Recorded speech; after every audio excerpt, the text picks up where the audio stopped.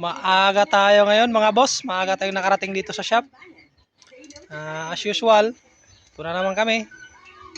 Trabaho na naman, trabaho lang ng trabaho. So ito si Boss Mando. Naabutan ko na naman, iba na naman ginawa. Tapos na yung kanyang pasimano. So 2 araw din yung ginawa yun. So this time, iba naman ang ginawa niya.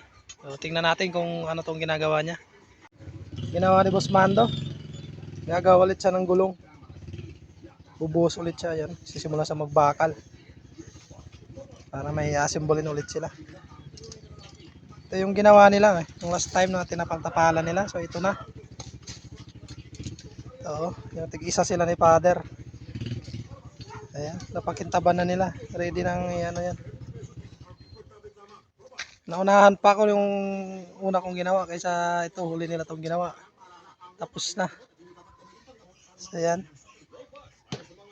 Simbol lang siya ng bakal. Mamaya bubuhusan na yan. 4 na gulong yan. Ayan lang yung gagawin natin. Ano yan ang gagawin niya yung Boss Mando. So dito mga boss, tapos na siyang magbakal, no? Simbol siya ng 4. So yan, nagsimula na siyang magbuhos. So yan, binuhusan lang yan. Ganyan lang pala yan. Ayan. So, nilagyan na rin niya ng halo. So yan, sinalpak lang yung bakal. Saktong-sakto. Panoorin natin kung anong gagawin niya.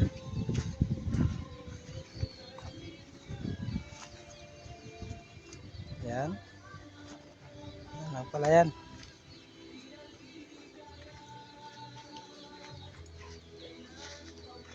So bali 4 yan mga boss. Sa isang set, 4 na gulong. So nandito pa yung 2.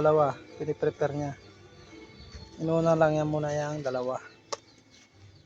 Then nandun yung isa. Maya maya pupunuin na yan. So yan na mga boss, napuno na ni Boss Mando, pinuno na niya. Ayan. Ang susunod niyang gagawin yan is finishin na yan. Pagka natuyo ng konti yan. So yan. Ayan, nakita niyo may mga bakal na nakaabang yan. Yan yung kapit naman yung kung it's either welding yung gagamitin nila or yung tapal lang. So, yan, may mga abang yan lahat.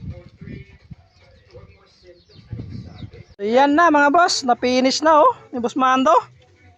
Quality na yung pagka-finish ni Boss Mando. Tapos na naman yung trabaho ni Boss Mando dito mga boss. Na-finish na niya. Automatic na.